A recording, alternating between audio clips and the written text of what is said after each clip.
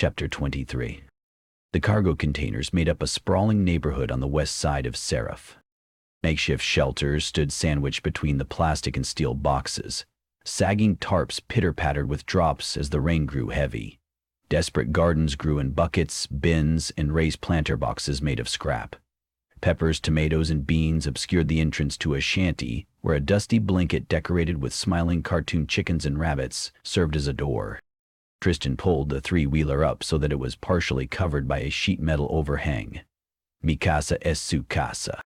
"Why are we here?" Miles asked. "Because you didn't tell me where you wanted to go after I asked 3 times? Come on." Miles followed him inside and was surprised by the size of the front room. The floor had heavy rugs laid down across it.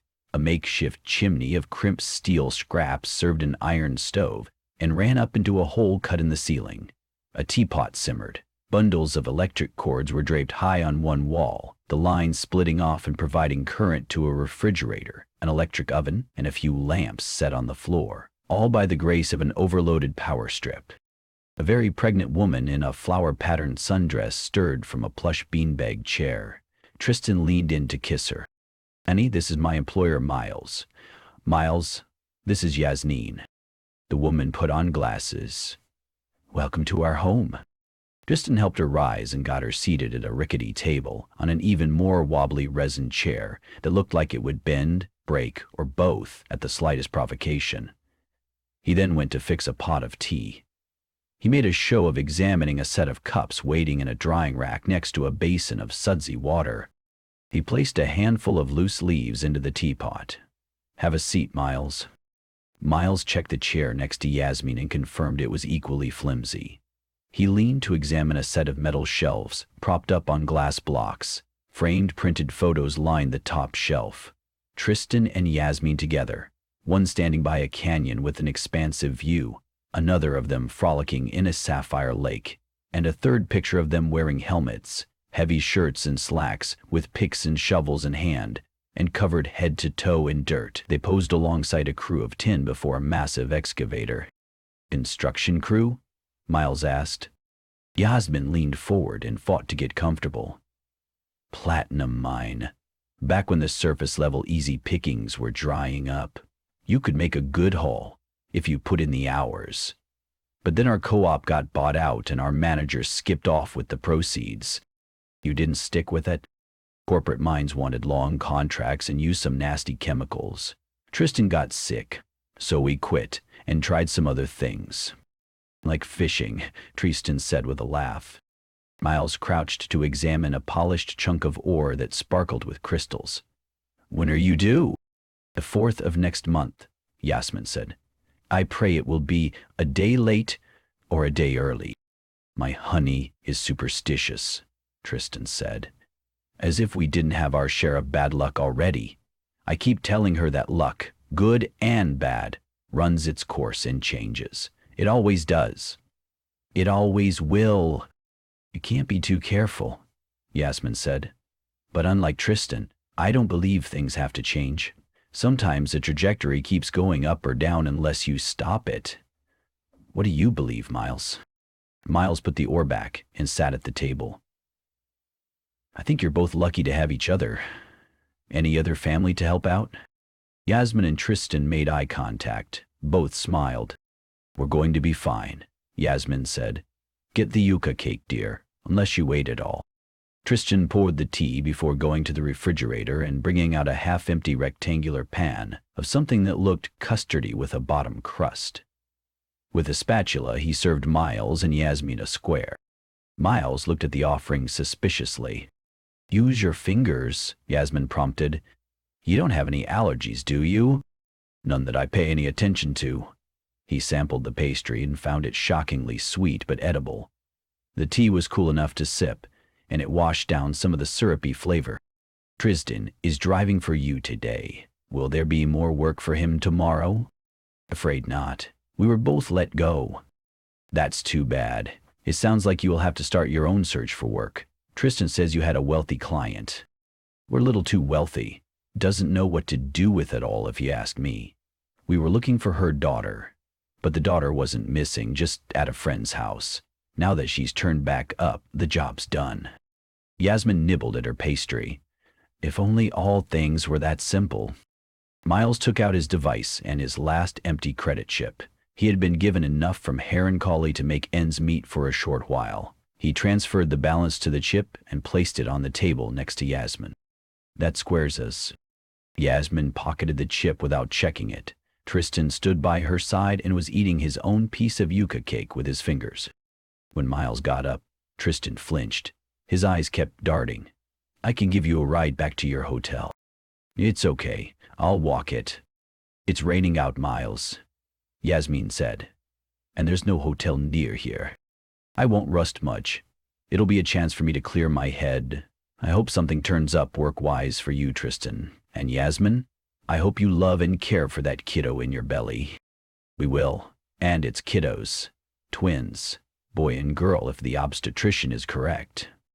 He made it outside and squinted as the sun shone down from a gap between black clouds. The rain was a thick mist. Then his phone rang. This is Red. You were by my place looking for some property to show. Well, looks like it has. A ballet dancer music box? One of my vendors tagged it after I shared the picture. Oh yeah? Where is it now? All in good time. You said something about a finder's fee. You give that, and you get a location. As a bonus, I'll share with you the camera footage of the guy who just came in to sell it. Happened just a few minutes ago. And he had a little girl. Chapter 24. Will apologizing help? Tristan ignored Miles' question. He had remained dour during the drive back to the industrial zone in Red's recovery room. The shouting match that had erupted between Tristan and Yasmin had been loud enough that their neighbors in the other cargo containers had stuck their heads out their doors. Miles waited in the cab of the three-wheeler. His request would either be met or he'd need a backup plan. But when Tristan hurried outside, he slipped behind the wheel and handed Miles his credit chip back. Tristan pulled in front of Red's. Tell me again there's a payday at the end of this. A good chance of one. You said nothing about a chance before. I needed those credits back. I wouldn't ask if it was an emergency. You'll get paid. I'm putting my neck on the line with this. What makes you so certain Red, or whoever this guy is telling the truth? I can't risk assuming otherwise. You don't have a gun. They rarely help. Are you sitting here or coming inside? Red's had more customers at mid-afternoon. The bar and half the tables were occupied, and the music coming from the speaker was louder and playing something twangy sung in Spanish. The proprietor was finishing pouring a beer. He served it to a woman in a frumpy silk suit before pointing Miles and Tristan at a corner booth. You have some information for me, Miles said. Red wedged himself onto the bench opposite them and pushed on his tracheotomy box to speak. Like I said on the phone, buyer picked up one of your items. Also got a picture of your girl. Let me see. Red gave him a long look before pulling out his device and swiping until he had a still from an overhead security camera. There was Agatha Fish standing next to a bearded man in a long-sleeved garment with a pushed-back hood. The image was grainy enough that Miles thought the garment might be leather, but it looked like a rain suit. The man's beard was long and braided several times, and he had a head of long locks, and at his side, Agatha appeared to be nestled up against him as he stood at the counter. Timestamp, 24 minutes ago. Unless Agatha had a twin sister, this was her, which meant the Agatha in Gennady Fish's video was as fake as the Agatha at the mansion ball. And where was this? Miles asked. Let's have that finder's fee. The dancing figurine isn't what I'm interested in. The girl's not safe. Not my problem. And this isn't a charity. I have my own bills to pay. If you're not here to do business, then don't waste my time. I'll find a buyer for this information. Miles didn't want to risk calling Red on a possible bluff. Someone like Gennady Fish would have enemies. Someone else would come through as a new buyer. If Agatha was still in the wind, it was more than likely that the search for her was still on, and that Gennady had given Beatrix enough proof to get his ex to calm down. But from Miles' perspective, Agatha's father was more motivated in saving face in his efforts to find his girl. Seeing the strange man with the girl made Miles' stomach tighten. He handed Red the credit chip. This gets me in contact with the shop owner. Red checked the chip. This isn't the agreed upon amount. You're shy the price of lunch, give me a break. You trying to lowball me is a waste of my time. He collected his device. This isn't me lowballing. It's a fair price. It's also all I have. Me finding her is that important. Then get a job with social services. Tristan fumbled with the pockets of his vest and pulled out a credit stick. I have it. Red scanned it, grunted, and drained both sticks of their funds and then passed his device around for a thumb scan. He then sent Miles an address. Vittorio's Pawn and Loan. Nice doing business with you, Red said. Tristan didn't get up when Miles did. Wait, what about my change? Call it a fee for exclusive content. Because it seems there might be others interested in knowing what you boys just learned. Chapter 25. They drove towards Vittorio's Pawn and Loan. It had been one of the shops on Miles' list, not far from the charity kitchen. Tristan darted in and out of lanes between the larger trucks, and swerved hard enough that Miles clung to the seat and the lip of the window simultaneously. How much did you give him? Miles asked. Enough to make the difference. That's what matters to you, right? This is my job, not yours. You have someone to care for. 3 someones, soon. And you promised a payday. I'm holding you to that, because we just got hosed in there. Fair enough. Watch it. Dodging a delivery dog almost took them into the back end of a limo. The 3-wheeler missed the rear fender by centimeters as they zipped past on the shoulder and scraped a curb when taking the next corner. We have to survive to finish this, Miles said. Slow down. Tristan nodded, blinked hard, wiped sweat from his eyes, let off on the accelerator. Lot of responsibility bringing a kid into the world, Miles said casually. You have children? I'm not all machine. I have a son. I came to Seraph to see him. Except now you're doing this. I'm going to make sure you get paid. Tristan laughed. Yeah, you'd better. Otherwise I don't dare come home. The rain had left puddles on the thirsty ground. Patches of black water pooled in the gutters. Enough mist descended from the sky to spatter the 3-wheeler's windshield. The single wiper wasn't working. Tristan occasionally reached out and wiped the grime and water away, but appeared to be able to see where he was going through the streaks. Vittorio's Pawn and Loan was a freestanding building on a lot next to a construction project. A foundation lay on the neighboring property, but no one was working. A material handler and a bulldozer hunkered in the weather. Children were out splashing in the puddles. They parted as the 3-wheeler puttered into one of the parking spots next to a desert runner. Why don't you wait here? Miles said. A bell rang as he entered the shop.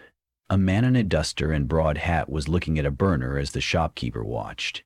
The shopkeeper was bald, the same man from the video who had purchased the mechanical dancer. Be with you in a minute, the shopkeeper said. 2 more burners sat on the counter before the customer. He inspected each, checking the charge and sighting down the barrel at a mounted set of deer antlers up on the wall. The walls were replete with clocks, guitars, decorative long arms, and gaudy paintings of people Miles didn't recognize. He glanced at display cases full of rings, watches, and jeweled chains. Among the treasures were ruby pins, brooches, and even gold teeth. The shopkeeper's voice carried, all serious offers considered. Miles glanced up and saw the shopkeeper was addressing him before returning his attention to his original customer. Several signs repeated the admonitions. All sales are final. Credit available. Reasonable rates. The back of the store had more artistic pieces. Gilded vases. Figurines. A thumb-sized owl automaton that opened its eyes when Miles leaned in to inspect it. Next to it stood a platinum statuette of a wispy woman with a turquoise serape. She appeared to be dancing or about to be swept away by a strong wind. Miles checked the price tag, realized he needed a payday soon if he was about to start collecting objets d'art. The bell jingled as the first customer departed. The shopkeeper was putting away all 3 burners. No sale today, Miles asked. You'll be back. Anyone who tries to bargain that hard on price but doesn't walk sooner always returns. So, is there something I can show you? 15% off all watches this week. You have an empty holster asking to be filled? I'll give you the price he was asking for on the big 10-shot Harker model I've got here. I'm interested in music boxes." The bald man cinched up his face. "I've got a few. In fact, one just came in that I haven't priced out yet, but it's a real collector's piece. If you want something for a lady friend, the more reasonable items are on that wall." "I'm searching for something built locally. The Imaginarium. Always been a fan." "Never mind that wall then, but if you don't mind me saying, their pieces command a rarefied price." "And you don't think I have the credits?" The bald man shrugged. "I don't go insulting my customers like that. But if I had one of theirs, I wouldn't need to put it out and wait for someone to come browsing." "Red sent me." "I guessed as much. You know his name's not really Red." Miles produced his device and pulled up the picture.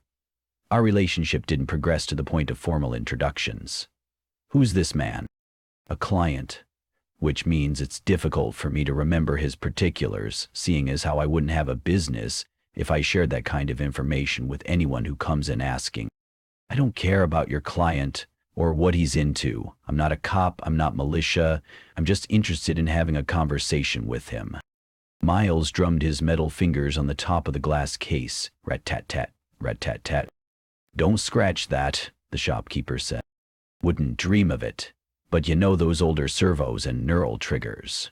Machines get flaky after enough time in the meat, if you know what I mean." Miles's arm slammed down with a whack. The glass case spiderwebbed. The shopkeeper pointed towards the door. "Hey, get out of here!" Miles gently took the man's hand, as if caressing it. "Newer builds don't have the same problem as some of the ones which saw service during the war. Enhanced defaults that restrict the KP of applicable pressure unless certain mental checks are given." "Let go." Miles adjusted his grip and leaned closer. Can't have a cyborg accidentally breaking a bed while asleep, or hurting someone during the throes of passion, or, as I can attest to, squeezing something that shouldn't be squeezed during a seizure. Old models and old brains degrade with age. Part of life, really. Motor cortex gets confused sometimes. Doesn't even have to be during a fit or while sleeping. In my case, it could be a lack of concentration. If I get distracted, say, or upset.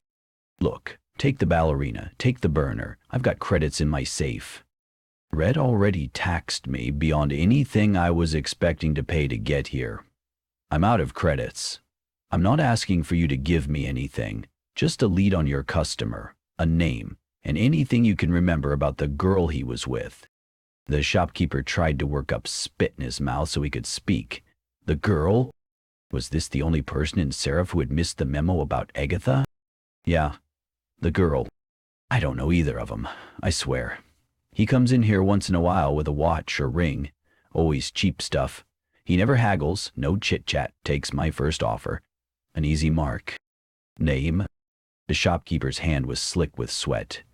"He doesn't give it, and I don't ask. I didn't even look at the girl. I take pills in the morning, and I was pretty high when they came in. I'm still coming down off that, and I'm starting to freak out a little. Come on." He didn't say where he got the ballerina, and you weren't at least a little curious how a low-life customer landed something that was obviously stolen? You're in a pawn shop. Half of everything is probably stolen. Everyone's selling something they're trying to move quick. Girlfriends clean out their cheating boyfriend's belongings. Marriage on the rocks, and a mate doesn't want to wait for a lawyer to tell them what half of what is theirs. They come here. Miles applied enough pressure to get the man's attention. "What was the guy's relationship with the girl?" "How should I know? She was clinging to him like she was scared. If he's some pervo you want to bust, more power to you. If I had a name, I'd give it to you. He's a scrubby waster. Looks like one of those soup kitchen types. Check there? I don't know. The guy's probably a head waster tripping on shabu." "Why would you think that?" "Because every time he comes in here with some knick-knack, he also gives me one of those stupid free radios the Church of the Sands wackos hand out, pre-tuned to their broadcasts. I have a basket of them for a couple of credits apiece. Not that anyone needs to buy one." "Show me." The shopkeeper rubbed his hand as he brought a basket of card-sized radios out from under the counter. "Take one, on the house." Miles inspected one of the radios. He had seen enough of them to realize this was a popular model, the same as the type the soup kitchen gave away in the vending machine. But something about the radio nagged him, something he had missed. He reviewed the inside images of Agatha's room. One of the radios had been on her desk at the mansion, and it had been tuned to an evangelist broadcast. A cheap, free radio in the room of a little girl whose parents only got her, in Kitty Fish's words, the best. "That's it," the shopkeeper said. "That's everything. I can't tell you anything else. But I have another question. How much for that burner?" "You said you were out of credits." "I am. But once I make some, I might be back to make a purchase." Chapter 26. They sat parked in the shade of a wilted elm on a side street near the charity kitchen. Miles had made his rounds here already. Asking about Agatha again wouldn't produce any results. Using insight, he brought up what information he could about the place off SeraphNet. "And you?" "Hours.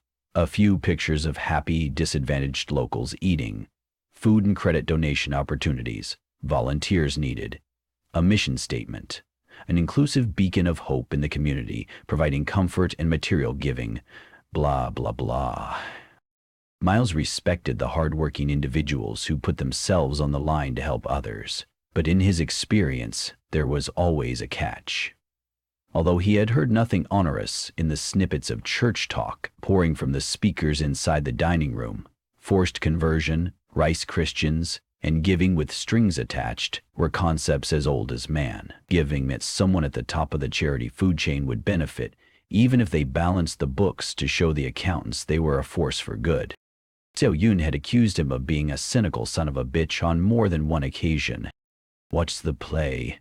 Tristan asked. "I need to ask better questions. Focus on the man Agatha was with. Someone has to know him. And maybe don't look like a bedraggled cop looking to bust someone." Miles filed bedraggled away next to feckless. "Yeah, that means you're coming with me to soften my image." Music played inside, a solo unplugged guitar plucking softly at a blues number over the sound system. The kitchen itself was empty except for a man wiping down tables and straightening chairs. Bangs and clatters came from the partially visible kitchen in the back. Vapor rose from the steam tables, but no dishes had been set in the steel wells.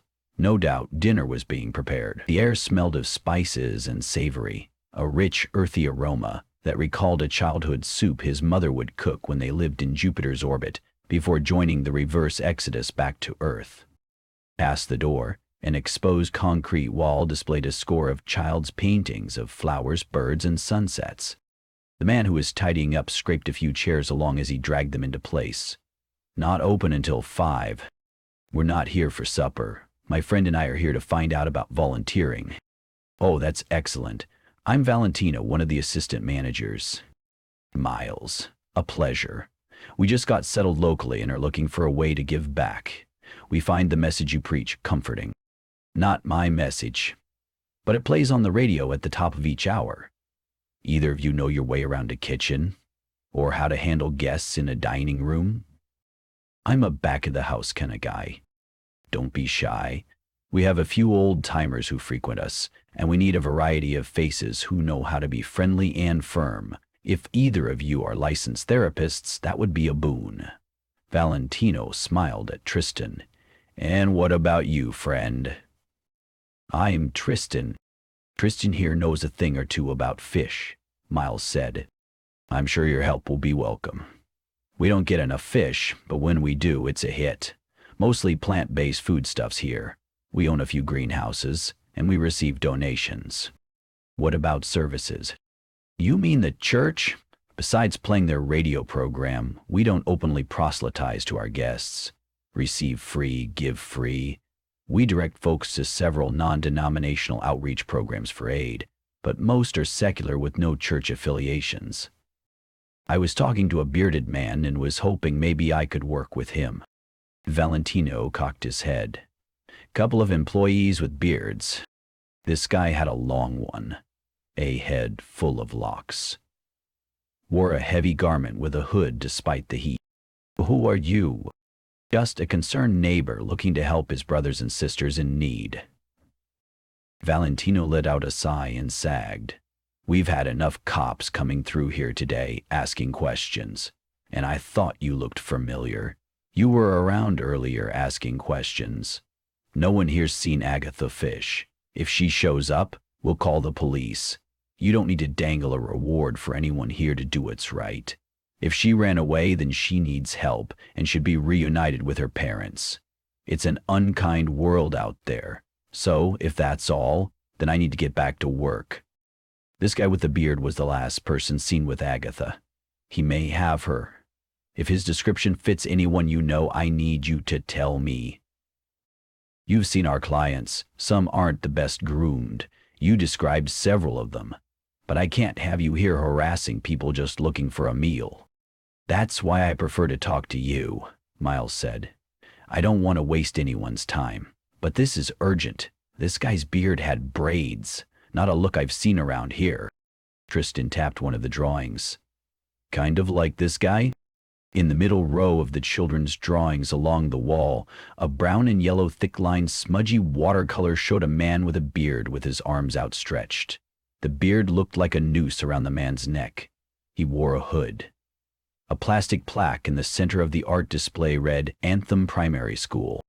Miles tugged the drawing off the wall, scanned it. The drawing was too rough for a decisive match, but it was enough of a similarity that it couldn't be dismissed. What's the relationship between this kitchen and the school? Miles asked. Valentino hesitated. The children are taught the value of assisting those with less than them. And we both receive funding and volunteers from the Church of the Sands. Spiky Hair and his 3 goons shoved past a pair of early birds waiting just outside the door.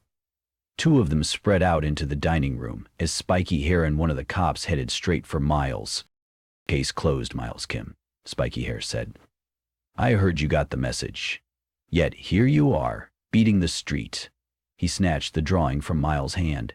I'm guessing you're not looking to buy art for your crappy hotel room. Why are my activities of any interest to you? Agatha's home with her father. Yeah, that's what the captain told the rank and file. Back to traffic duty. Got a report of a 3-wheel tuk-tuk driving recklessly. Consider this a sobriety check. Let's step outside. Miles blocked the nearest militiaman from laying a hand on Tristan. No one's drunk, and you didn't receive any call. How about telling me why you're really here in this kitchen? You were following us. Spiky Hair grinned.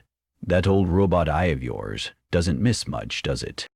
Trust me, it misses most things. But your bike's weaving in and out between trucks to keep up with us? Hardly subtle. Thought it'd be a real time saver to let you do our legwork, 'cause the rest of the department is stumped. He pulled his burner. Step against the wall. And Valentino, is it? How about you explain what you and Miles were discussing before we entered? Valentino's hands went up. They were asking about the girl. I told them what I told the other officers. We haven't seen her. But he's interested in your art installation. A potential witness who saw the girl. Spiky Hair showed the rough drawing to the cop next to him, an older trooper with red sideburns. Sideburns nodded. You recognize him, don't you? Miles asked. Spiky Hair's eyes narrowed. You say this guy's a witness? That doesn't track. What's the connection between this guy and Agatha Fish? Tell me why you're still asking and we can swap information like civil folk. He dropped the drawing and aimed his burner at Miles' face. This isn't a negotiation. Before the day started, Miles wouldn't have guessed that a Seraph militia cop would shoot down someone in cold blood during an interrogation. But now he wasn't sure. Miles said they were seen together in a pawn shop, hawking one of the stolen items from the Fish mansion. And you know Agatha's not really home with her father. Aren't you a bright old man? But you also won't go home after being fired, and we don't have time to process an arrest. Valentino placed a hand on Spiky Hair's weapon, as if to lower the barrel. Look, officer, I don't want any trouble in here. Mr. Kim shared what he asked me. Spiky Hair smashed him in the forehead with the barrel of his pistol. With the burner no longer in his face, Miles didn't hesitate. He grabbed Spiky Hair's arm, twisted, and heard a pop at the wrist as the militiaman screamed and dropped his burner. He then fixed his grip on the wriggling man. The other three backed away while drawing their sidearms. "Let him go," Sideburn said. Miles pulled him close and clamped his right hand on Spiky Hair's throat. The trooper began mewling. "Tristan, grab the burner." Without hesitation, Tristan stooped to pick up the dropped pistol. Miles adjusted his grip on the cop. "Okay, now tell your men to back off. You and I are stepping outside." "You're dead," Spiky Hair spat. "You're probably right. Move, or I break something else that won't heal with a regenerator." He inched his hostage towards the door with Tristan in the lead. Tristan held the door open and they went outside. "Who's still looking for Agatha?" Miles asked. When Spiky Hair didn't instantly answer, Miles squeezed. Spiky Hair groaned. "Our Lance, a couple of others." The three cops were pointing their weapons at him from the opposite side of the glass. Miles kept Spiky Hair as a shield. "Who else?" "Gah, all right.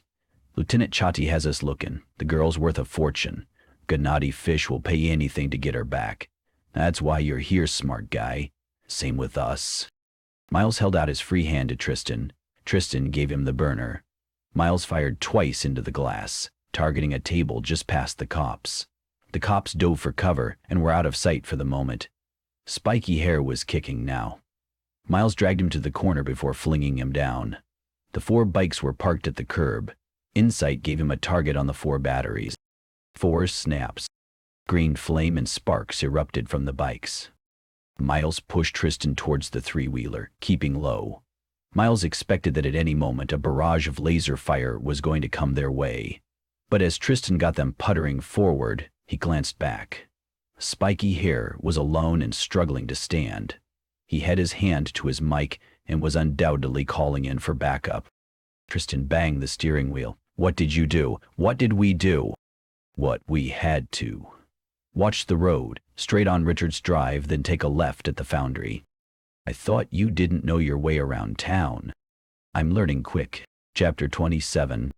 The Church of the Sands was a boxy structure of faux rough-hewn limestone with the appearance of a fort rather than a place of worship. No spire or steeple, and no decorations adorned the building. A few beds of withered viney shrubs grew up the front wall, but appeared to be losing the struggle against the relentless climate. "Talk around the back," Miles said. Tristan puttered up onto the sidewalk and tucked the 3-wheeler into a loading dock of a neighboring clinic. He watched the street as if at any moment the militia bikers might appear. "Try to relax," Miles said, but felt a twisting unease in his midsection. It wouldn't be long before word made it to Lieutenant Chitati. They knew what Miles knew, and every minute counted. Tristan was out of the wagon and began pacing. "What am I doing here?" he muttered. "Go, if you have to. If you decide to stay, get ready to leave. I'm going in the church to ask about the man with the beard. If you see anyone come in behind me, send a text." "All right, I can do that." "I'll do that." Miles didn't have time to calm Tristan down. Even the most advanced combat gear with auto-injecting ampules of performance drugs couldn't fully negate a good dose of adrenaline. Miles could only hope that Tristan wouldn't abandon him, even as he felt a pang of guilt for having dragged the man this far. By now, the militia would have their faces, and Chadi and friends could put the word out that their fellow officers had been attacked. The inside of the church was cool and dark, with stackable chairs forming pews on either side of a broad aisle leading to a simple lectern on a dais. No cross, no symbol, just words in gold decorating the wall behind the speaker stand. "Quench those who thirst, feed those who hunger, give relief to those who mourn." Recorded guitar music played. Was it the same radio program from the soup kitchen? A group sat in a circle on one side of the auditorium. A woman in a double-breasted, low-collared coat rose to meet him. Her voice had the affected accent of a small habitat dweller, something he didn't hear often except from the oldest of returnees. "I'm Pastor Hung. We have hours of worship posted on the information board. This is a private group. I'm not here to pray. I'm looking for this man." Miles showed her the screen grab from the video with Agatha and the bearded man. She barely glanced at it. "I'm afraid I can't help you." "Take another look. It's important. Braided beard, coat with a hood. He had this girl with him this afternoon. She's in danger." After a second examination of the picture, Pastor Hung's jaw tightened. "I'll ask you to leave. Has anyone else come here looking? Cops, maybe, because if they haven't, they will now. Many people come through these doors. We don't turn anyone away if they're peaceful, and as I said, we're in the middle of a private session. Do you know who the girl is? This is Agatha Fish. She's the daughter of Gennady and Beatrix. Between the two of them, they've got folks willing to hurt other people in their search for their girl. Just because you're the first bounty hunter here in this search means I should trust you? I don't need you to trust me. I'm not after a reward. What I do need is her location, because she's the one in danger. Who is this man?" "He has her." Pastor Hung glanced at the waiting group. "Silo, conduct the closing recital in prayer." He led Miles to a back office. The spare room held little more than a desk and a set of chairs and a dusty miasma. She didn't sit after closing the door. "You come in here with a weapon at your side and you want me to believe you're here out of concern for this girl." Miles had almost forgotten about the yellow tiger burner he had absconded with. He nudged the holster. "It's a long story. I just took it from someone who's willing to hurt people to find Agatha." "And you're not? I just want to bring her home. Even if that home is someplace where she's neglected and miserable? So you know where she is. I'm no social worker. I don't pretend to understand what Agatha has gone through with her parents. But you people hiding her is bad enough. This is footage from a local pawn shop. The way she's clinging to this man." Pastor Hung sighed. "Henrik. His name is Henrik. And where is he?" "It's one of our pastors. He would never hurt her. Agatha came here to help with our mission. Wanted to work with the community. Feed the hungry. She's a young girl who ran from home. I took her in and let her rest, and hoped after a night away from her situation, she'd change her mind. Because it's exactly what I did when she hid here for a day about a year ago. Then she was okay to leave by evening.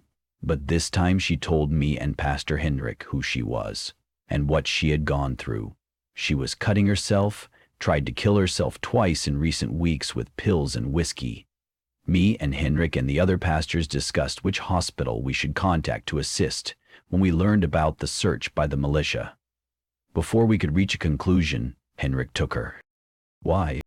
To keep her out of her parents' hands. Once we bring her to a hospital, they'll know, and her mother and father would have been contacted. When did Henrik take her? A little after midnight. I had Agatha in a spare room in the women's dorm. Henrik had been outvoted in his suggestion to hide her here and bring a doctor to evaluate her and give her care. This morning, we were going to drive her to the Wood Creek Pediatric Unit, where I know someone who could talk to her. The timing matched. From the church, Henrik must have been the one who went with Agatha to the mansion. So Pastor Henrik, Agatha, or both had then entered her home and stolen the ballerina and the other figurines. "So you lost her?" Miles said. "We have staff looking for Henrik. Like I told you, he wouldn't hurt her. He'll return. This place is all he knows." "Do you know that he took her to rob her own home?" Is troubling. But tell me, is it a robbery if the items belong to you?" "Why?" "It's like I said. Agatha wanted to help our mission. She wouldn't stop talking about it. Went on about how valuable her useless toys were, how many people she could help if she could sell them. She's an idealistic child. Who needs her parents, even if it's an unpleasant situation? So Henrik took her where? Not to his apartment, nor to any of our facilities." She sighed. "I was hoping he would answer his texts and return." "We're past that. And the militia is coming at this hard enough that they won't hesitate to hurt this Henrik to get Agatha. And there's one last location we haven't checked because it's not close. We have one of the old ruins in the desert. We used it before Seraph was anything more than a camp next to a clean water spring. We would hide dissidents and debtors fleeing from Meridian's long hand. Back then, the corporation would go to any lengths to capture someone it deemed troublesome or a rebel against their view of how Earth should be resettled. Most would continue their journey to the faction out at the ocean. But a few stayed here. I was alive for most of this. You don't look that old. Pastor Hung only smiled placidly as she checked a device, then swiped the screen. I've shared the location. Its old name is the Stone, where we softened the face of God. While Henrik shouldn't have acted without our consent, he did it to protect her. Promise me he won't be harmed. Miles confirmed a ping on his map app some 50 kilometers out. Why are you trusting me with this? You're too old to be a Seraph cop. You're too rough looking for a bounty hunter of the caliber the fishes might hire, and my intuition tells me you actually want to bring Agatha home. Plus, the way those yellow tigers just pulled up outside of here, I'm guessing they're not with you. She showed him her phone screen. He hadn't noticed security cameras, but the screen showed 4 different views of 3 desert runners with yellow tiger markings. 6 cops piled out and headed for the church door, with spiky hair in the lead, with a weapon in hand. There's a back way at the end of the hall, Hung said. I'll set the alarm after you go through the door. What about you? They're angry, and you're going to want to stay out of their way. She tucked her device into a pocket and straightened her collar. I intend to welcome them. Miles didn't want to delay another second to argue. He pushed the fanny bar to open the back door as Pastor Hung vanished into the church proper. Voice and voices of the militia echoed as Miles exited to the side of the building. A burner discharged from somewhere inside. He froze, heard shouts, screams. A second shot. A cop appeared at the mouth of the alley, red sideburns. He fumbled with his laser pistol. He's out here! Sideburns was momentarily distracted when something happened outside at the front of the church that caught his attention. Someone screaming had just exited the building. Miles ran for the corner at the back of the church. A flash. A tiny hole appeared in the wall next to him and sizzled as he made it to a rear lot. Sprinting past a rubbish bin, he heard bootsteps clomping behind him. Up ahead, Tristan was waiting at the loading dock. But as Miles waved for him to start the vehicle, another desert runner pulled up. The driver sprang from the vehicle and pointed a burner at Tristan. Tristan raised his hands and was quickly subdued. The cop was too far away to charge on foot. The neighboring lot was mostly open space and bright sun. Miles turned back and made it to the corner just as Sideburns came charging after him. They collided and went down to the pavement. Sideburns' burner slid from his grip as Miles delivered a sharp blow to his throat. He kneeled on Sideburns' chest. The cop with Tristan hadn't noticed, and the alley was still empty. Wouldn't be for long. Miles crushed the throat mic the cop was wearing and grabbed a set of keys from his waist. As he rose, he took the trooper's burner. You get up, I shoot you.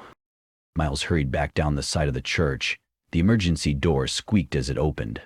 Men's voices. Miles put 3 shots into the door as he ran past, and 3 more when he made it to the street. Whatever militia troopers were inside weren't coming out. In front of the church, the members of Pastor Hung's group were scattering. Miles tried to force himself to calm down, but insight wasn't helping. He received a traffic update and weather report. A spec sheet on the desert runner obscured his view.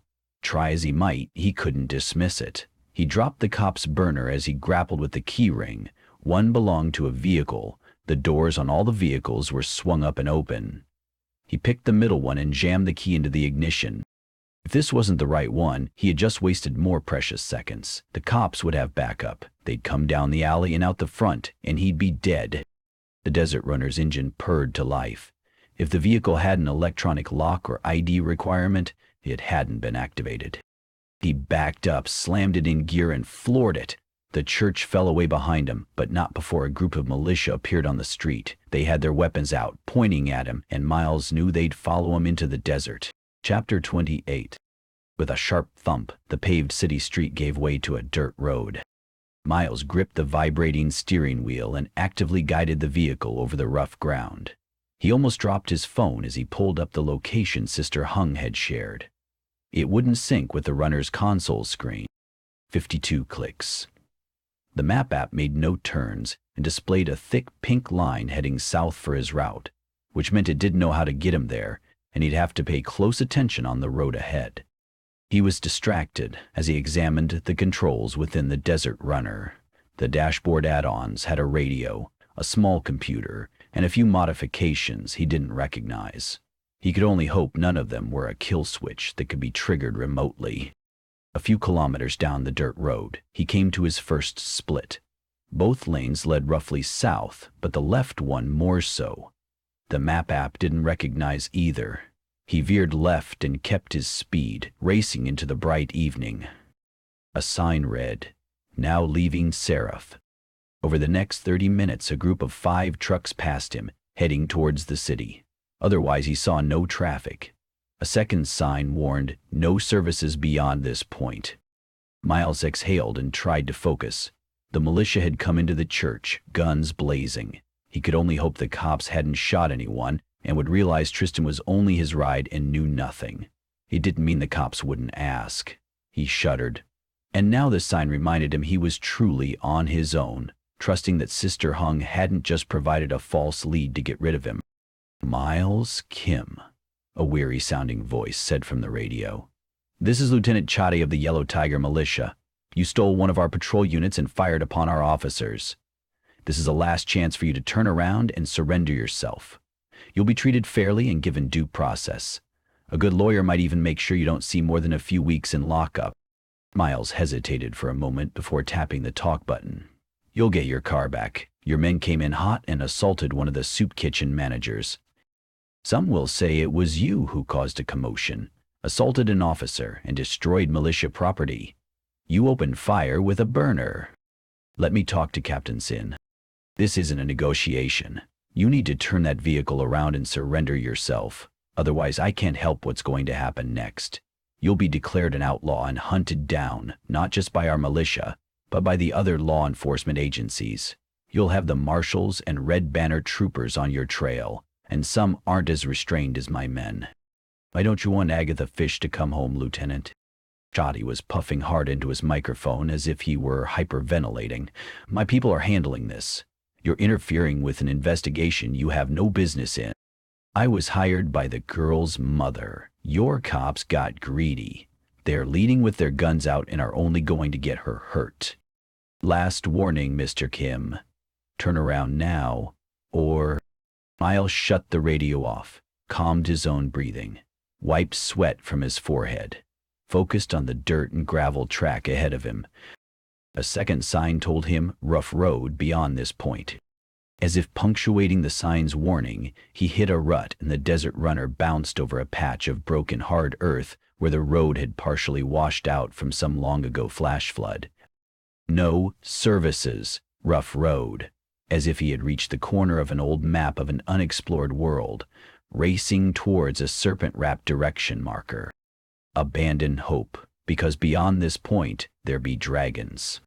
He delayed turning on the headlights for as long as he dared, but didn't want to bottom out the desert runner or get jammed on one of the big rocks jutting from the hardpan. The road remained mostly visible, a faint track of smooth soil winding through the scrub. But trying to maintain any kind of speed meant on more than a few occasions missing a turn and plowing over rocks and brush and needing to guess which way the trail might be. So far, the desert runner navigated each minor detour like a champ, albeit with bone and metal jarring shudders that made his joints and brain ache. The kilometers peeled away, although the road was now veering too far southwestward. 10 clicks to go. He checked the rearview mirror for the umpteenth time, saw no lights. Would the militia chance sending a flying drone out? The first responders to the train disaster had risked it during the day, and with Lieutenant Chadi and his crew's reckless pursuit, nothing was off the table in their hunt to find Agatha before he did. If the caretakers and watchers above were still alive and had their eyes peeled, they wouldn't care who was violating their directive to stay out of the sky. Someone would be punished. Miles was itching to turn off the headlights to make it more difficult on anyone or anything in pursuit. Instead, he drove faster. 9 clicks. 8. 7. A long curve marked by boulders veered west. The waypoint on his app told him he needed to head southeast. Perhaps there was a turn ahead somewhere. In the dark, he couldn't tell whether the gray formations around him were rocks, hills, or clouds. His sense of distance was off. He slowed to roll down the window and had his eye mark what it could, as if searching for a target. Nothing besides the nearest crooked trees showed up on his display. Following the road meant he could keep his speed, but the as the crow flies waypoint would slip ever further away if he was wrong. And if Lieutenant Shoddy had likewise learned of Agatha's location, Miles would lose his precious lead. Past the boulders, he found a narrow trail that crossed the sandy berm. He followed it, his foot tapping the accelerator. He was on a descending slope, which only grew steeper. The trail led to a series of switchbacks before leveling out, vanishing but then appearing again with stones as markers. He followed this for another 6 kilometers, crossing a dry stream bed, before once again climbing a long slope. A low hill featured a flat plain, which appeared to have been graded. A row of old huts of mud and sheets of metal stood on one side, where the track ascended through a stony pass. There were no lights and no signs of life. Miles climbed out and walked around the huts. They were little more than abandoned shanties. No one home, no belongings, no food wrappers or smells of cooking fires. The smoothed area held a few markers with rocks, as if someone had used it for a landing pad long ago. The crown of the hill above held the faintest glow. A fire, perhaps. He got back in the runner. The cut in the rock threatened to scrape either side of his vehicle as he rolled slowly up the rutted path to the top of the ridge. It led out to a wide lot where a small electric car that had no business on rough roads sat parked. A single structure dominated the top of the hill. It appeared to be a fort, a larger version of the temple, but with an open roof. The headlights revealed separated or missing boards. Weeds grew everywhere, and banks of red-brown dust caked the exterior walls. He killed the engine and turned off the lights. From beneath the passenger side dashboard, he unsnapped a flashlight. He checked the electric car first. Unlocked, but no keys. Battery compartment felt cool. It was dirty enough, but its tracks hadn't been eroded by weather. Someone had used it to drive to the abandoned fort recently. "Henrik? Agatha?" he called. His words were swallowed by the night. The wavering glow came from the fort's interior beyond a gateway where the doors had long since been knocked in and gone missing. He played the flashlight beam from side to side and up at the top of the wall. Parts of the roof had collapsed. If anyone was hiding up there, they were at risk of fall or injury. The whole place looked as if a solid wind might blow it down. The campfire stood in the center of a courtyard strewn with rocks, disintegrating pieces of ancient machinery, a wagon, an old car of indeterminate model, and rubbish. A tarp tent stood against a far wall of a disintegrating blockhouse. The flickering flames caused the shadows to dance and move. "I'm Miles Kim. I'm not a cop. I came here to find Agatha Fish. She's in danger." A figure moved. Small, fast. It darted from cover to cover and vanished near the tarp even as insight tracked and targeted it. Miles headed for the wall of the keep. "Agatha, can you come out?" A larger shape rose and came straight at him. The big man with the long beard squinted in the flashlight's beam and was holding an axe handle. Miles stopped and backpedaled as Henrik swung at him. Miles jumped out of the way, kicking up embers from the campfire as he scrambled to avoid another blow. "Henrik, Valentino at the diner and Pastor Hung helped me get here to find you," Henry responded with a garbled cry. It sounded as if he had a sock stuffed into his mouth. He hopped across the campfire to cut Miles off, was shaking the axe handle and raising it, all while muttering incomprehensively. The firelight illuminated a face full of scars and old skin grafts. "Stop!" Agatha Fish cried. She had a hand up to Henrik as she appeared next to him. "Sister Hung told you to find us." Henrik's eyes remained fixed on Miles, as if he was prepared to resume his assault at the girl's command. Miles shined the light at them before lowering it to their feet. "Yeah, she did. There's a lot of people looking for you. Some aren't being nice about it, including the militia. I need to call Marshal Barma and get some help, get you someplace safe." Henrik mumbled something which Miles didn't follow. Agatha responded, using sign language, and Henrik leaned his axe handle against his leg to make an emphatic reply, likewise using hand gestures. "He doesn't trust you," Agatha said. "Says you look like a police officer with your weapon." I used to be one. My name's Miles. Your mother hired me. More sign language between Agatha and Henrik. More reason not to trust you, he says. You can't stay out here alone. I can't make either of you believe what I'm saying.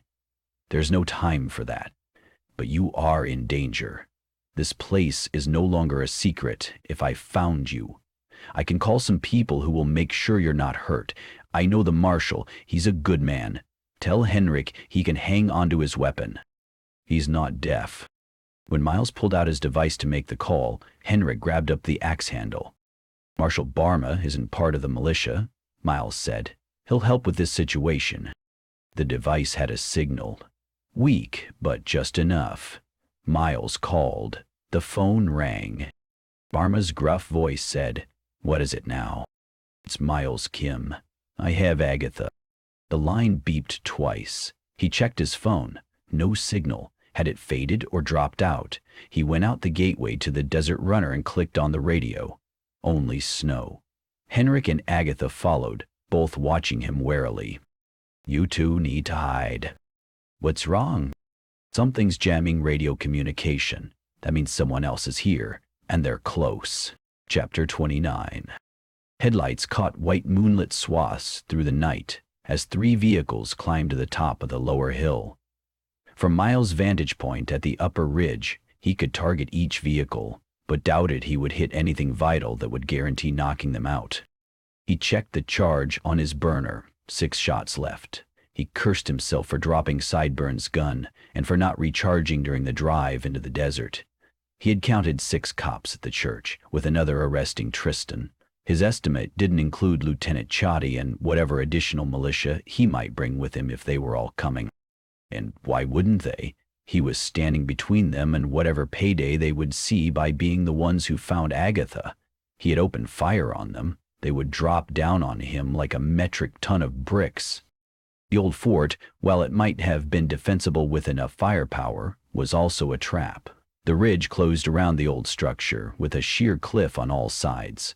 Anyone trying to climb down without light and equipment risked breaking their breadbasket. At least he knew they'd have to use the road. The vehicles below stopped. It was too far to hear voices, but dark shapes climbed out of the lead car. Someone pointed his direction. Miles ducked. Stupid. He had ignored the fact they might have infrared and night vision. The militia vehicle's engines whined to life. They were coming up.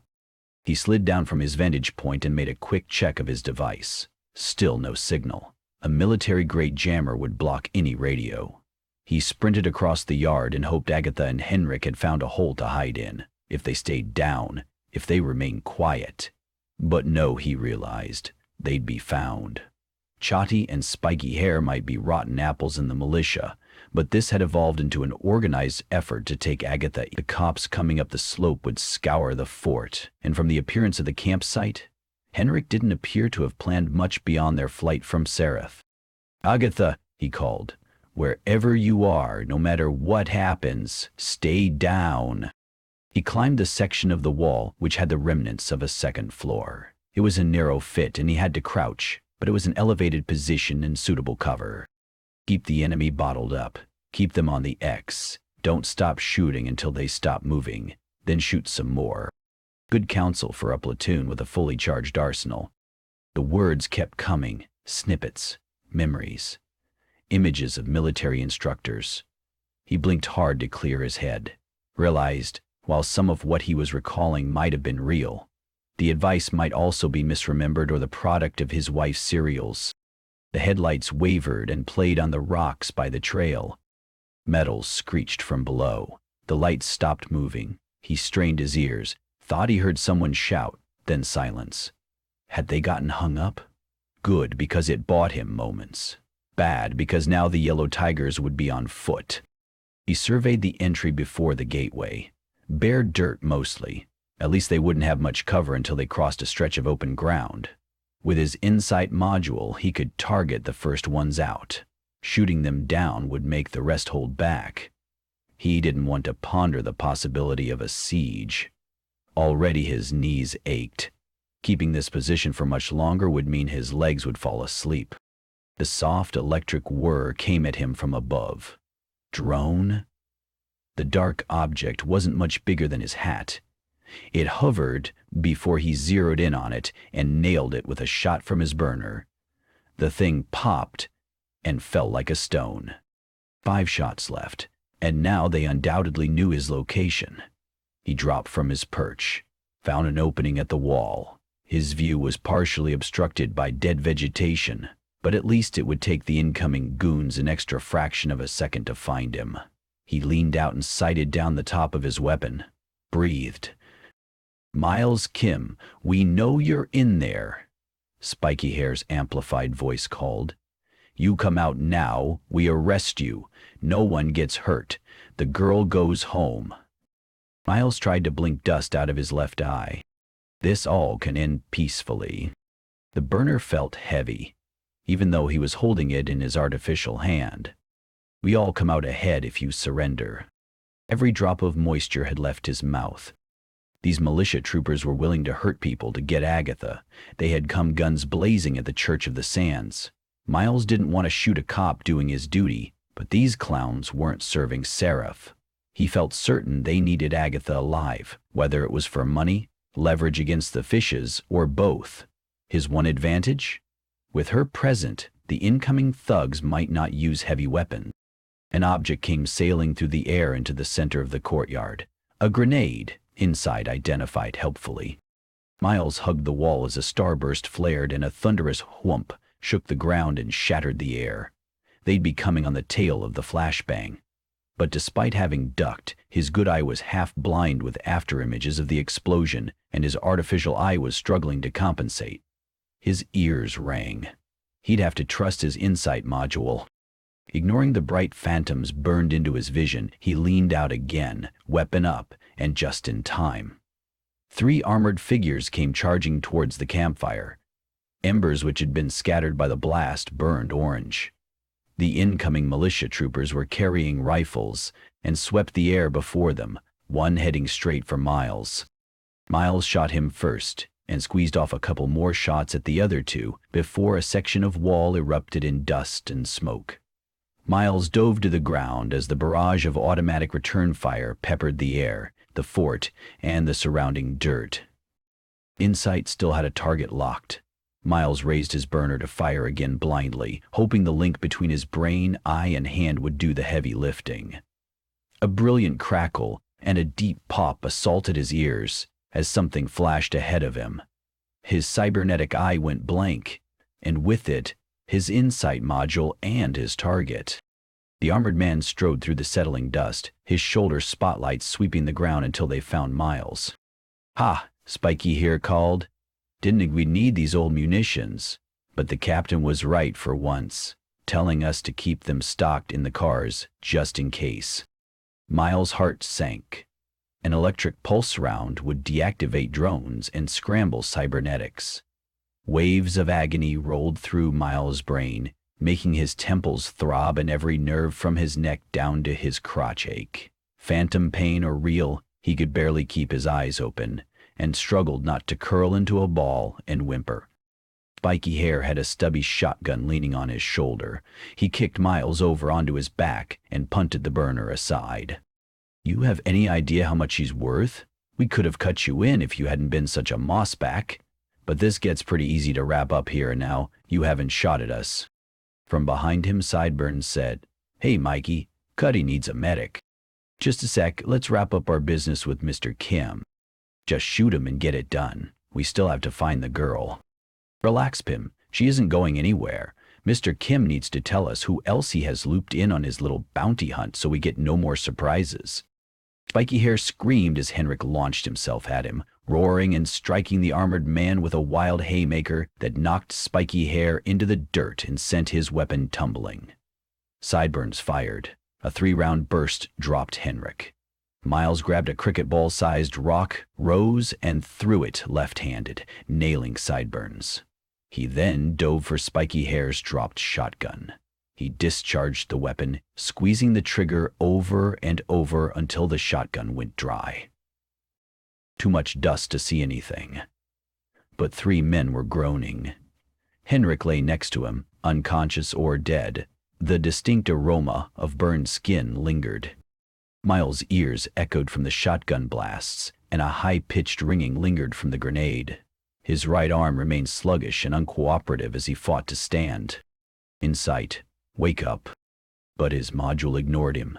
His right eye remained blank, and the jabs of pain running down his body made him grit his teeth. He patted spiky hair down, pulling a burner from a hip holster. He discarded the spent shotgun. The young cops had just been reminded that electric rounds still packed a palm full of steel pellets and could hurt flesh and blood besides screwing up cybernetics. Muffled radio chatter warbled from the helmets. Miles likewise disarmed the other two men, but the first he had shot was no longer moaning. Miles pulled the helmet off. Weak pulse. One of the burner rounds had found a gap between the chest piece and the shoulder guard. He took the man's throat mic. "This is Miles Kim. 3 of your men need medical attention. Send 1 cop up if you want to help them." An uncertain trooper responded, her shaky voice crisp from the militiaman's helmet. "Put Mikey on." "Mikey's not going to be talking to anyone if you don't hurry. And if we see one weapon or another drone, they get executed." Spiky hair glared at him. He had flecks of blood oozing from lacerations on his face. Sideburns had his head back and his eyes closed as he gritted his teeth. On second thought, make it 2 cops with their med kits and a stretcher. "You'd better hurry." Miles had time to ponder why Lieutenant Chotty wasn't the one talking to him. The most obvious reason was that he wasn't on scene.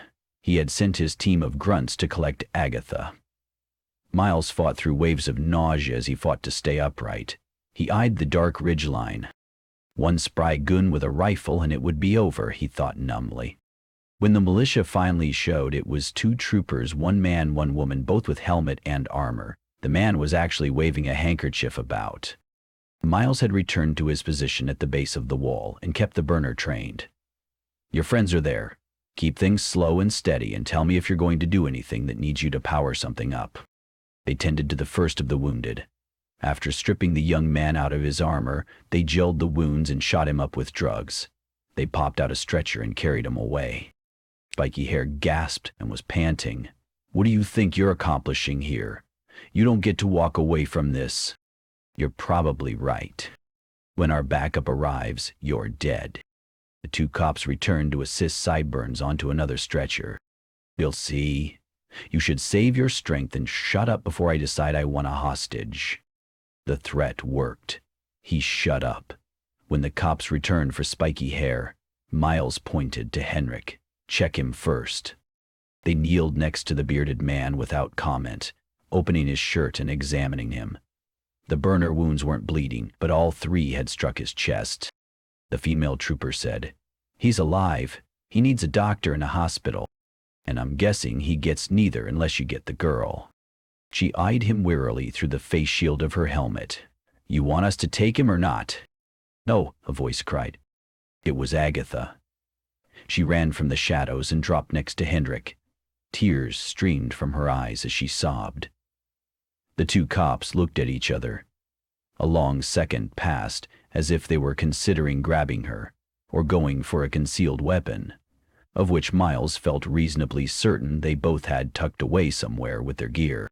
"Get back, Agatha," Miles said. "Henrik is hurt. These 2 sworn officers of the law are going to help him and get him to a doctor. Aren't you?" The female cop nodded. With effort, they loaded Henrik onto the stretcher and carried him off. Miles walked to Agatha and led her away from Spiky hair, who watched Miles with unrestrained rage in his eyes.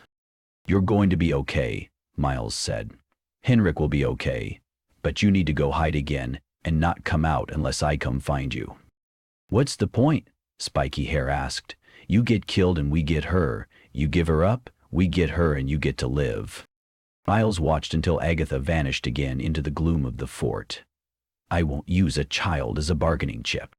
But those words nagged at Miles. Even the Spiky hair was taken by his returning comrades. Miles would die. There was no way around it. If they were willing to use drones, they'd send another in with a frag grenade, and it would all be over. He knew he should move, but his head was full of fuzz, and the ringing reached a new crescendo. He leaned against the wall of the fort. Guessed if he tried to find a new defensive position, he might collapse, and he meant to make Lieutenant Chatty's second wave of attackers pay if they wanted to take Agatha. The sky turned shades of brighter gray as he waited. Insight rebooted. His right eye could see again. The more he thought about it, stepping out the fort's gate to face the militia would spare Agatha from a chance stray round or whatever heavier ordnance the militia might dust off and bring to bear to take down the old cyborg standing in their way. Miles checked the burner charge for the umpteenth time. His stomach grumbled, and he would have traded his hat for a swallow of water. Tried to stay in the moment, focused, but couldn't shake the heaviness of his limbs. He made it to the gateway and waited. A lone militia goon appeared, walking into the outer lot with purpose. She was unarmored, sporting the yellow tiger tunic buttoned up to her neck. A monocle was fixed to her eye. Captain Santa Butra Sin paused to show her palms. "Kim," she called, "I'm unarmed." "Stop there. I've got 4 wounded men heading towards Wood Creek Hospital in Seraph. Care to tell me what's going on?" "Figured you would have been briefed, and I'm surprised to see you here. Can you come closer?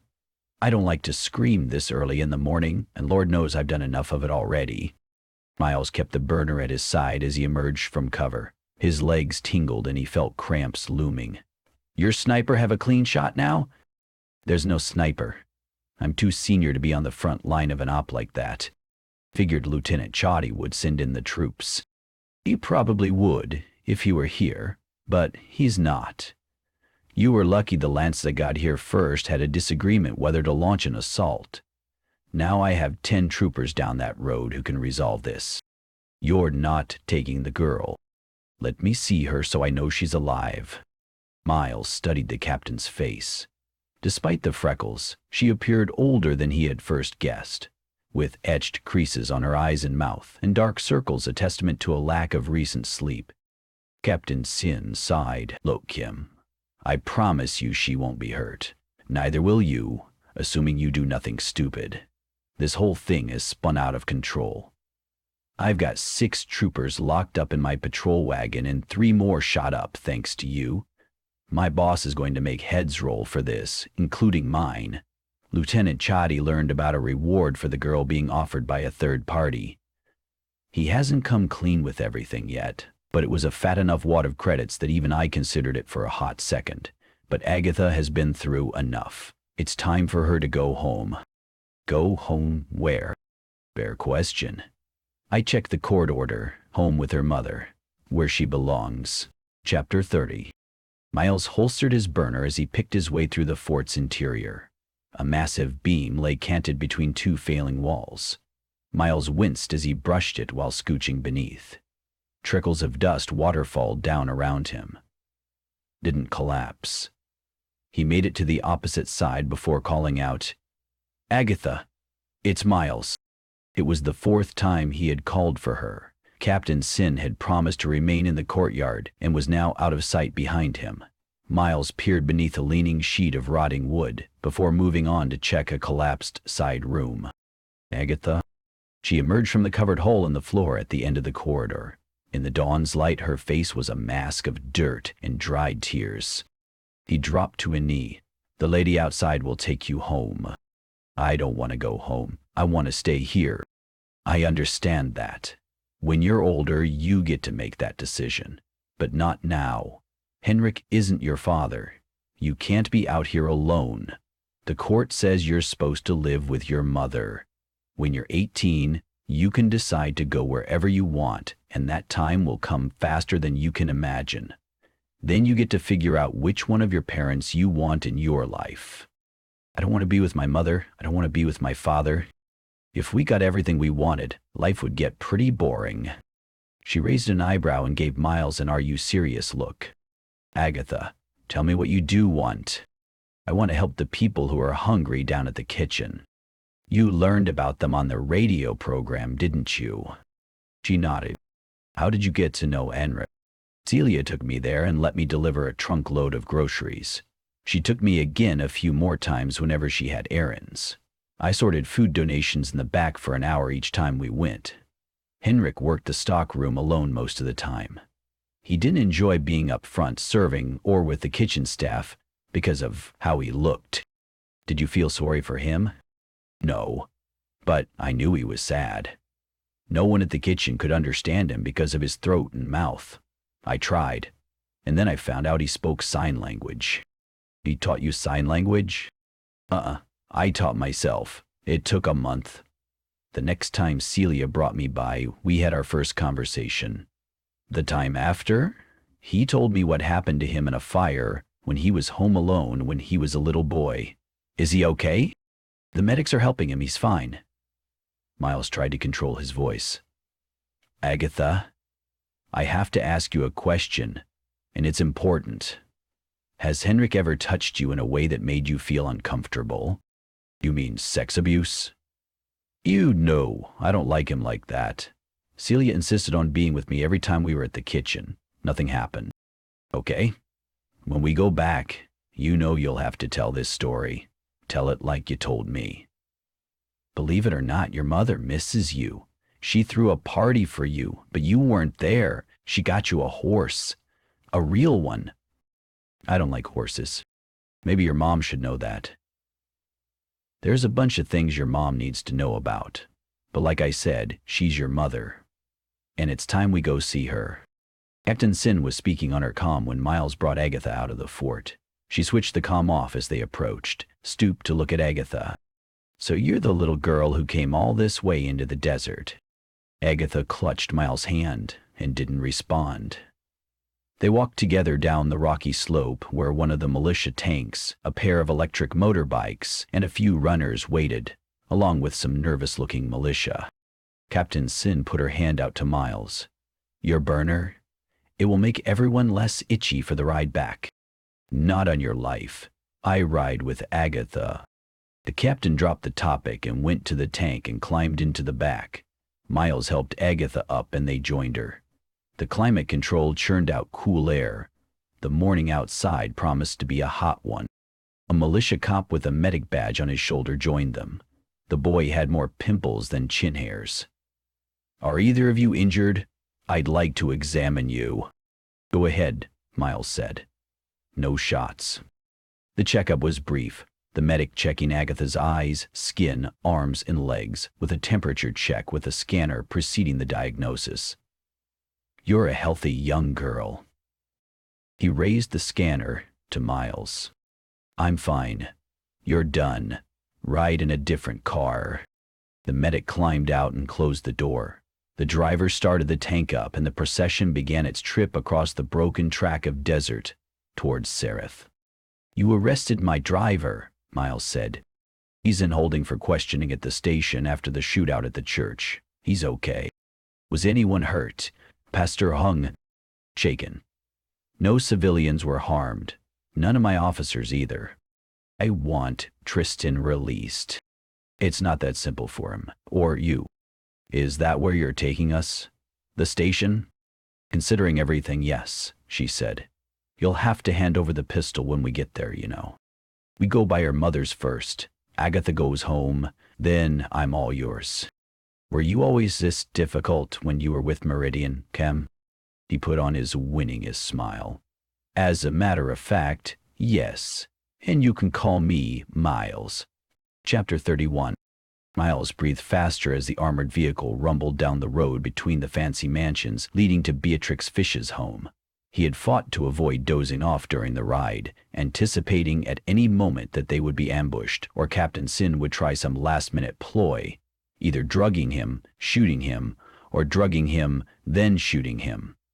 But once they got to the relatively smooth city roads, she had stayed busy on a tablet, texting furiously the whole time. Now the sleepies were gone, replaced by an antsiness as if he had just been jabbed with a stim injection. Agatha, meanwhile, stared blankly out the window at the scenery, and resolutely straight ahead once they entered Seraph.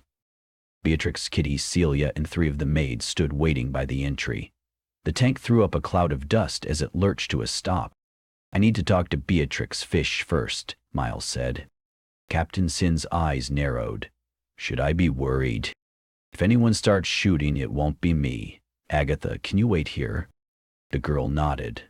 Miles climbed out of the vehicle. Beatrix moved towards the tank, but Miles stopped her.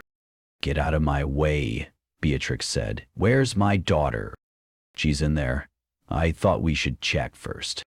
"Chat? What are you talking about? Let me see her." "I know that's what you want. I need to believe you mean it. Agatha's a special girl who needs a lot of attention. I give her attention."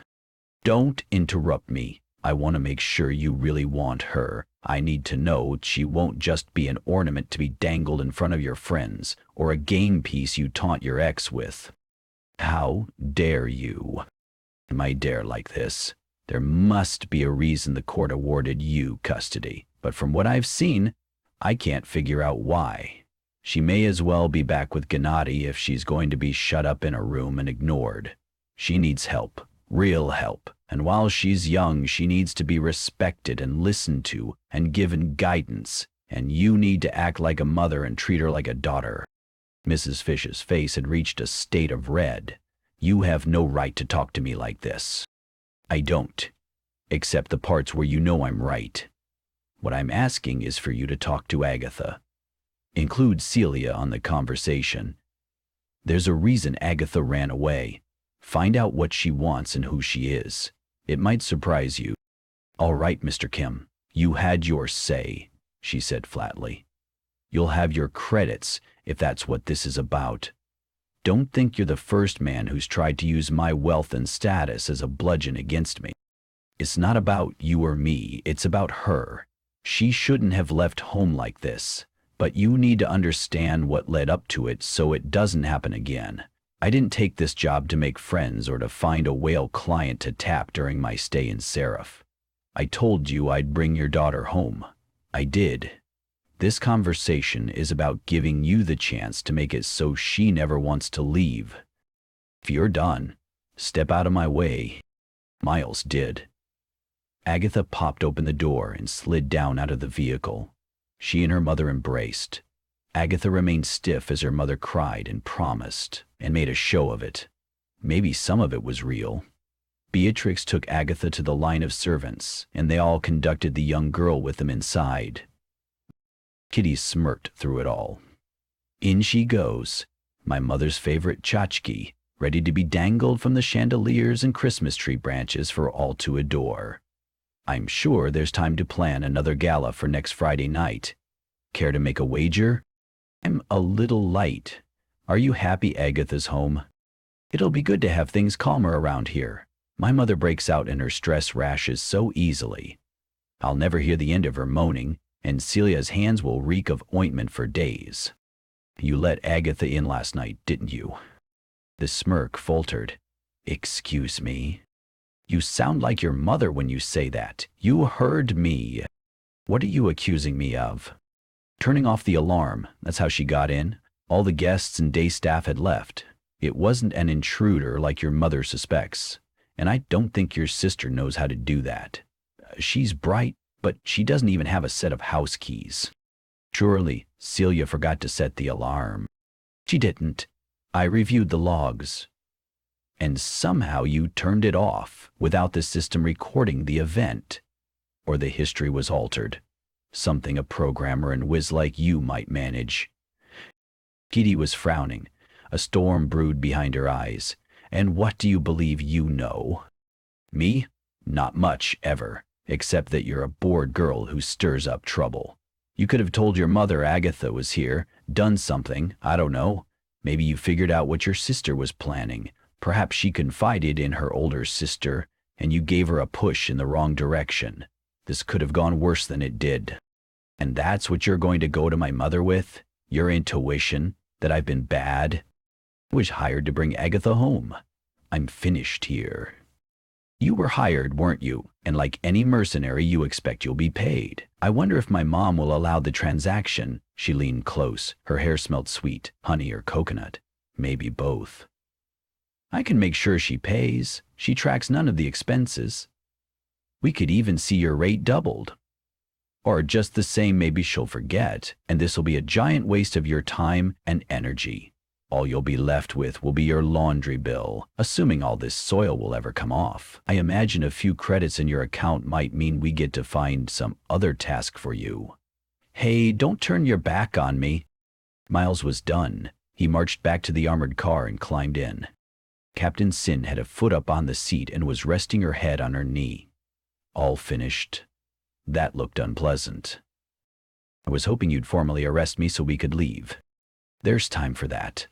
Am I adding loitering charges to my mental notes, or harassing the gentry? If this was any place but Seraph, I'd know you were joking. It was the first smile he got from her. You haven't known me for long. I don't joke. Time to go downtown. Chapter 32. Marshal Barma was the largest person in the room. He paced back and forth between the empty desks, his hard leather boots creaking and clomping. His long duster hung open, revealing his ample gut and large hand cannon dangling from his shoulder. He was absently holding his hat and tapping it on his hand. Captain Sin appeared content to watch him. Her monocle was on, and she had her tablet displaying a virtual screen only she could easily read. The data and images reflected in the glass of her eyepiece. Miles might have used insight to make it out, but decided not to rock the boat further as he sat opposite her at her desk. The rest of the office was empty, but voices could be heard just outside. Yellow Tiger enforcement ends at the city limits, Barma said. It wasn't a question. Neither Captain Sin nor Miles replied. The marshal made another lap up and down the office. Principle of hot pursuit applies, but your officers who were pursuing had just terrorized a church group having a meeting. They discharged their weapons and just missed the pastor. Your lance officer also punched an employee at the Church of the Sands charity kitchen. Neither the kitchen assistant manager nor Pastor Hung want to press charges, Captain Sin said. Mayor Bedford doesn't care. He wants to see the troopers involved prosecuted. They're all in holding. You mentioned that. But then we come to Miles Kim. Shot a burner through the window of the soup kitchen, destroyed militia property, fired at militia troopers at the church, and finally shooting up the cops who came to the ruins of this fort to rescue Agatha Fish. Kidnap, not rescue, Miles offered. Jury's still out on that. Well, I've heard no one suggest Mr. Kim was an associate of this Henrik.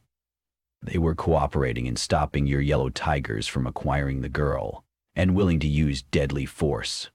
Miles says he was no longer in service of Beatrix Fish. I'm right here, and I wasn't. Barma went on as if Miles hadn't spoken.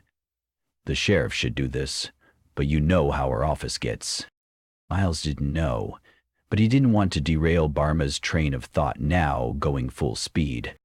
Mr. Kim consistently acted to find Agatha.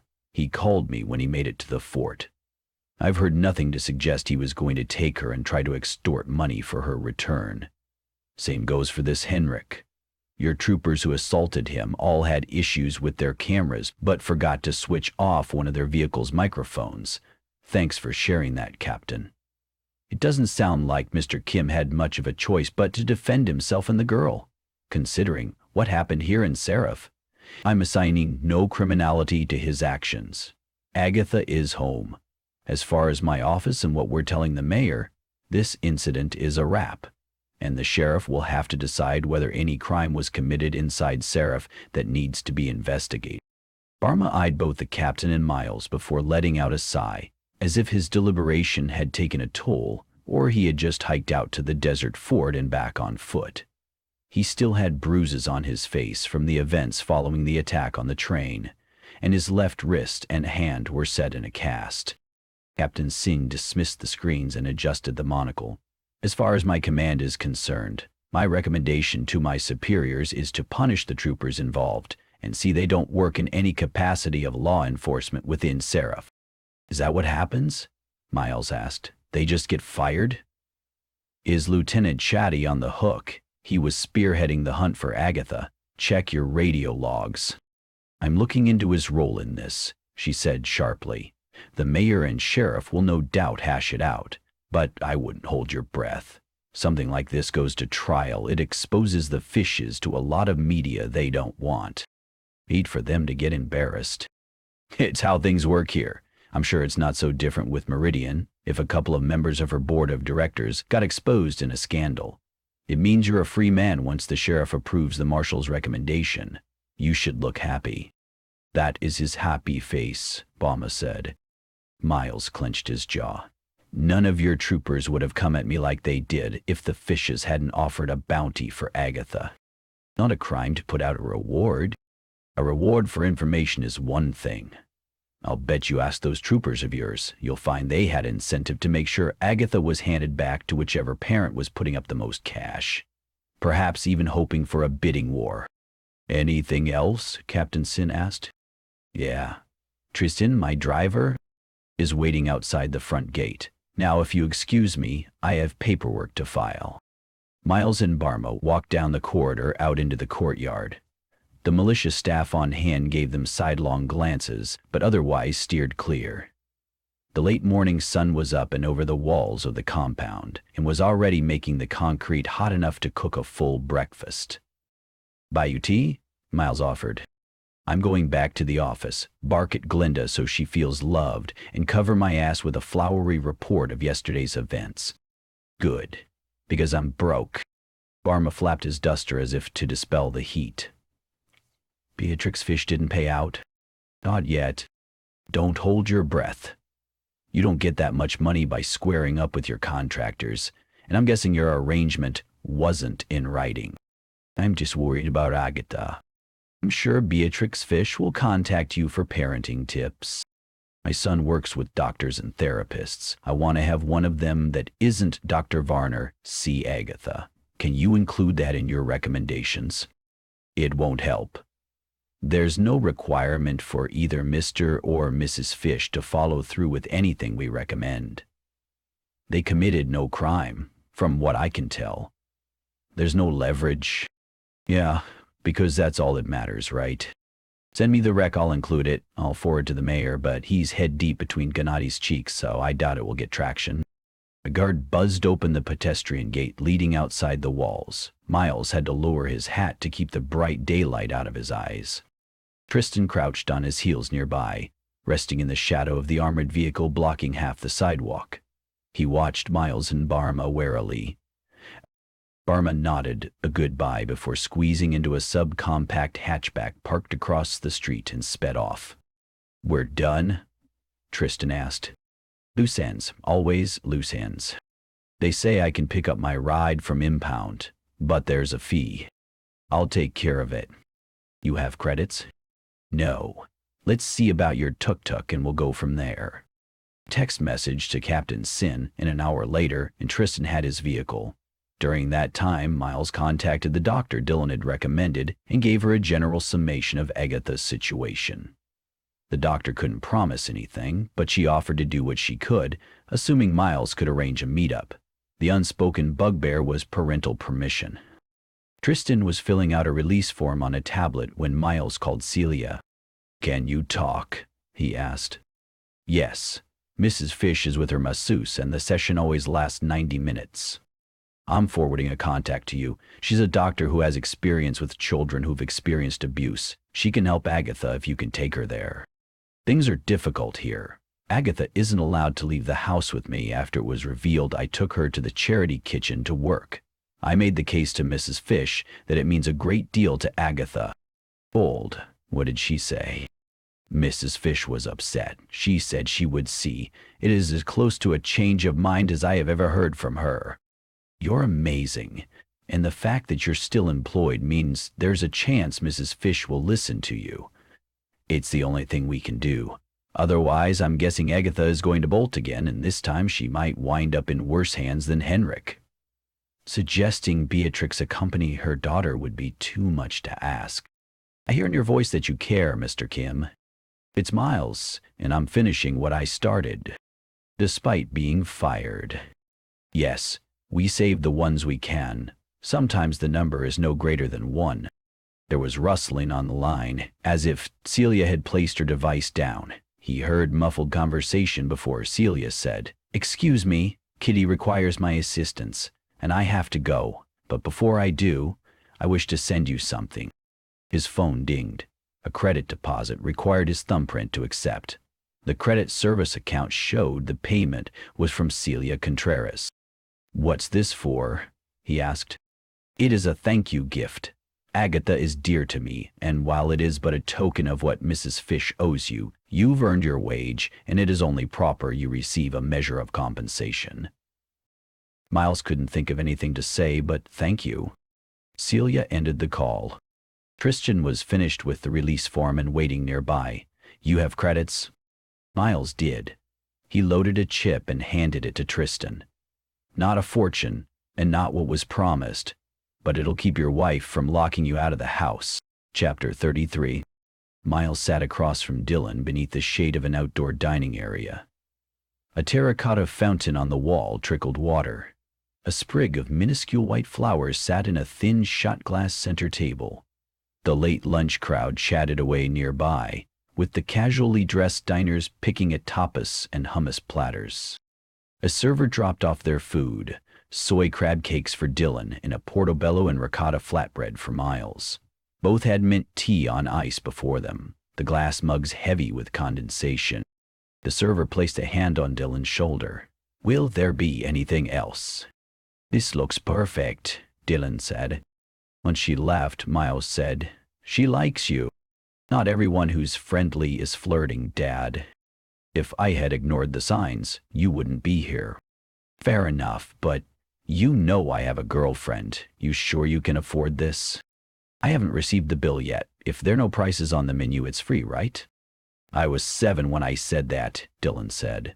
"I hate to rush, but I have 20 minutes before I need to get back to work." "Then dig in."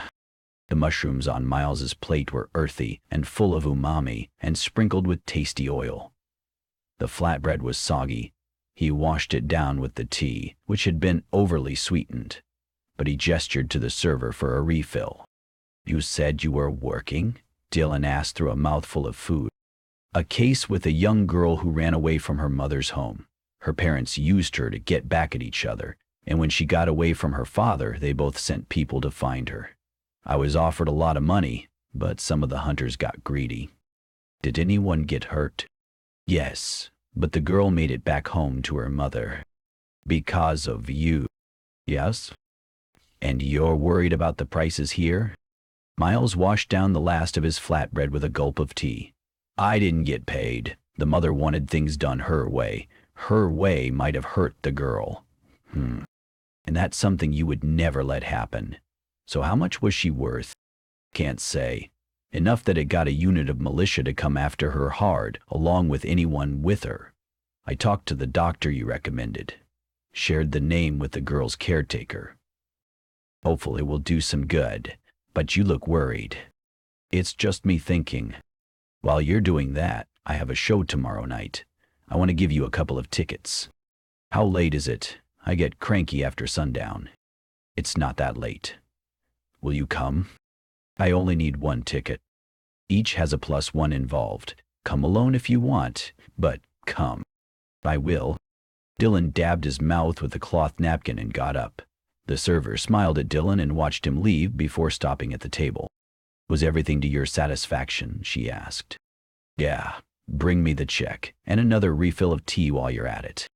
Captain Santa Botricin answered after the first ring. "What is it, Kim?" "No emergency. I was just checking to see if you have anything going on tomorrow evening." "I never answer a question like that without more information." "Words of wisdom. My son has a musical performance. I can't guarantee it's anything you or I will even like. But I have tickets." "You're asking me on a date. You're an involved party in a live investigation. If the mayor or sheriff office decide against Barma's recommendations, you're going to be facing charges. I'm on pins and needles in anticipation of the outcome. This isn't a date. I have an extra seat. I don't know anyone else in town, and it was either you or the marshal. I called you first." "Is there food involved in this non-date?" "Unless militia captains don't eat," Miles said. "They eat. I'm just not up for being grilled anymore on the Fishes, their daughter, or how the Yellow Tigers are handling the internal investigation. I consider myself forbidden from broaching any of these subjects. I'm a private person. My evenings are my quiet time. My every instinct is to say no. You can eat and dash. I won't be offended. I have no expectations except that my son is going to be playing music. The crowd will probably be younger than anything I'll feel comfortable in, and I'll be grateful to have someone at my table so I don't stick out like a sore thumb. I can pretend to be your chaperone and you were stood up on a date if that makes the evening more fun. You're not selling this, Captain Sin said. We'll both be sore thumbs. That's still not a no. I see nothing good out of saying yes, but I am curious, what time? Meet me at 7. I'll send you the address. And thank you. Seraph is new grounds for me. It took me decades to decipher Meridian territory in River City, and I barely scratched the surface before retirement.